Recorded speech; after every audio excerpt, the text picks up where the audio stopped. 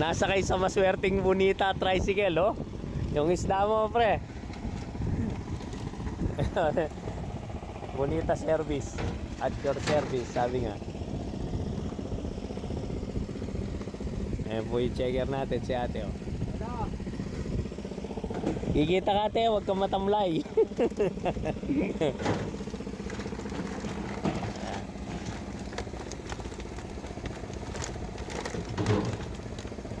Magaling maninimbang to, eh.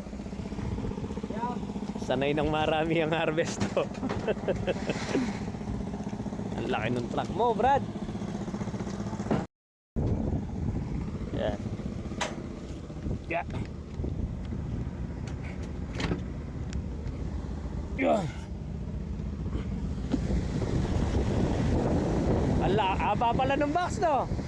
Ayun, 1, 2, 3, apat na ano, kumakarga ho ng tigpa 500 to 600 siguro butas mo. Ah? Oo, kay Kukuwero din, 8. Aba, trailer naman kasi yun, eh. Luwang ho talaga, oh. Kaya yung isda, parang nasa fish pan din, eh.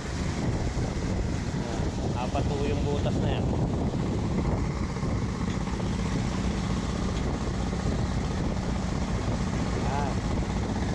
Kada butas, silang nagiging loaded nyan, Brad? 500. Eh di 2 tonelada capacity lang nito. Pag malapitan, kahit 2.5 kaya, no? Eh, mga pag-i-interview natin sa kanila, okay na. Yung paghahamot, oh. Ayan, ang bilis ng takbo niya ngayon.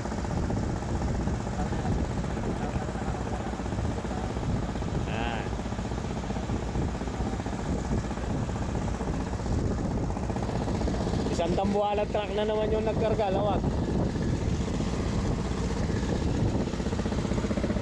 Ay, sabihin mo kay Paring Weng, extra pa yung truck dito bukas para okay na yung bawas nun. Okay. Ito yung pinaka-trademark na lugar ho dito, dilaw na bahay. Kasi yung bahay ho talaga kulay dilaw, ayun, oh.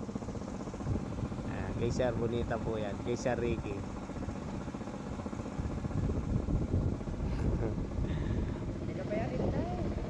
Go, go, go.